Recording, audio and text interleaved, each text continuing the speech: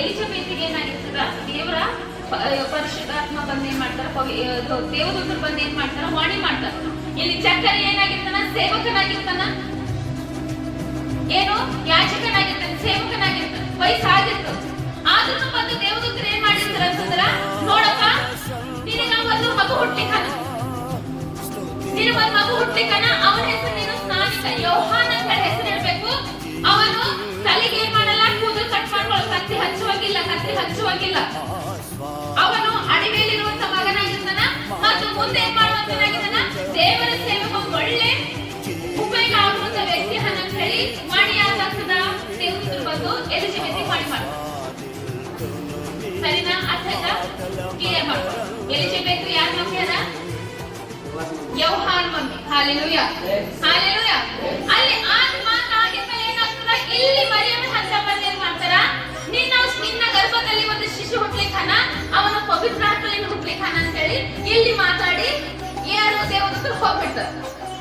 ದೇವದೂತರು ಹೋಗ ಆಗಿದ್ಮೇಲೆ ಏನ್ ಗೊತ್ತಾಗ್ತದ, ಇಲ್ಲಿ ಮರಿಯಮ್ಮ ಗೊತ್ತಾಗ್ತದ, ಏನು ನಮ್ದು ದೊಡ್ಡಮ್ಮನ ಮಗಳು ಏನ್ ಹಳ, ದೇವರ ಆಶೀರ್ವಾದ ಆಕಿ ಮೇಲೆ ಬಂತದ.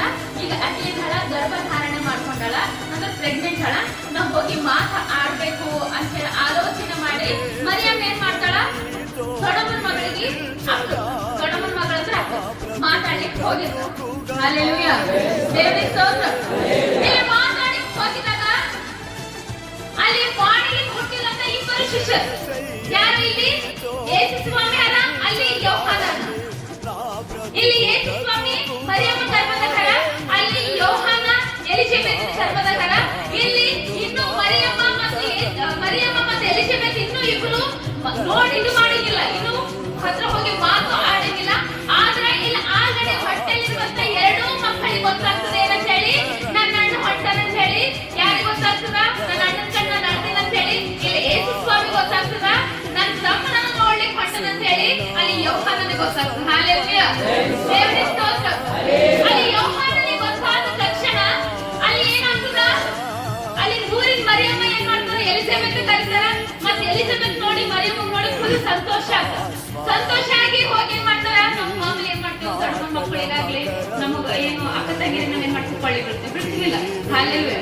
ಬಿದ್ದಾಗ ಏನಾಗ್ತದ, ಇವ್ರು ಹೊಟ್ಟೆಲಿರುವಂತ ಎರಡು ಮಕ್ಕಳು ಅಲ್ಲಿ ಅಲ್ಲಿ ವಾಕ್ಯದಲ್ಲಿ ಏನ್ ಮಾಡ್ತಾರೆ, ಇಲ್ಲಿ ಹೊಟ್ಟೆಲಿರುವಂತ ಎಲಿಜಬೆತ್ ಅವ್ರ ಹೊಟ್ಟೆಲಿರುವಂತ ಮಗು ಏನ್ ಮಾಡ್ಲಿಕ್ಕೆ ಸ್ಟಾರ್ಟ್ ಮಾಡ್ತದ, ಒಳಗಡೆ ಕುಣಿದಾಡ್ಲಿಕ್ಕೆ ಸ್ಟಾರ್ಟ್ ಮಾಡ್ತದ. ಏನಂತ, ನನ್ನ ಯೇಸುವಿನ ತಾಯಿ ಸ್ವತಃ ನನ್ನ ನೋಡ್ಲಿಕ್ಕೆ, ಇನ್ನು ಗರ್ಭದಲ್ಲಿರುವಂತ ನನ್ನನ್ನ ನೋಡ್ಲಿಕ್ಕೆ ಏನ್ ಮಾಡ, ನನ್ನ ಯೇಸುವಿನ ತಾಯಿ ನನ್ನ ನೋಡ್ಲಿಕ್ಕೆ ಬರ್ತಾರೆ ಅಂತ ಹೇಳಿ ಗರ್ಭದಲ್ಲಿರುವಂತ ಮಗನ ಏನ್ ಮಾಡಿ ಸ್ಟಾರ್ಟ್ ಮಾಡ್ತಾನೆ ಅಂತ ಕುಣಿಲಿಕ್ಕೆ ಸ್ಟಾರ್ಟ್ ಮಾಡ್ತಾನೆ. ಹಾಲೆಲೂಯಾ, ಕುಣಿಲಿಕ್ಕೆ ಸ್ಟಾರ್ಟ್ ಮಾಡ್ತಾರೆ. ಇದು ಏನು, ಒಂದು ಚಾಪ್ಟರ್.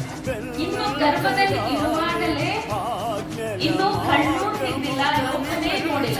ಆದ್ರೆ ಹೊಟ್ಟೆಲಿರುವಂತ ಮಗನಿಗೆ ಏನು ಕೊಟ್ಟು, ನಿಜವಾದ ಲೋಕದ ರಕ್ಷಕನು ನನ್ನನ್ನು ಹುಡ್ಕೊಂಡು ಬರಲ್ಲ.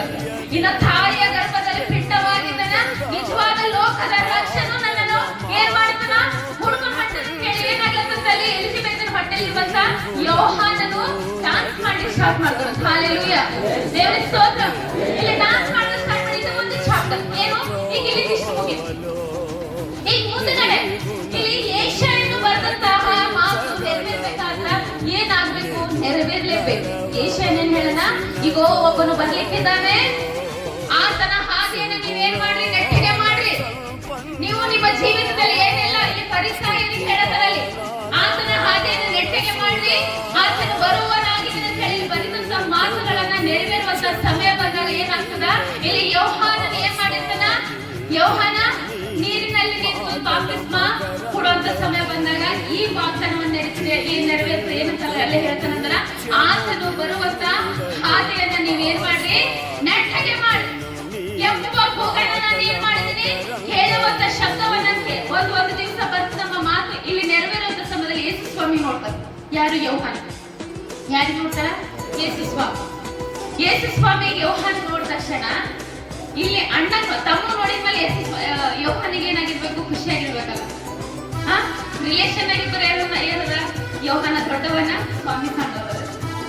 ಅದಕ್ಕಾಗಿ ಯೇಸು ಸ್ವಾಮಿ 12 ಮಂದಿ ಶಿಷ್ಯರಿಗೆ ಯೇಸು ಸ್ವಾಮಿ ಏನ್ ಮಾಡ್ತಾರ, ಆತನ ಜೊತೆ ಇರುವಂತ ಕೆಲ ಶಿಷ್ಯರಿಗೆ ತಗೊಂಡು ಏನ್ ಮಾಡ್ತಾರ, ಅಲ್ಲಿ ತಡಿತಾ ಬಂದು ನಿಂತು ನೋಡ್ತಾ ಇರ್ತಾರೆ.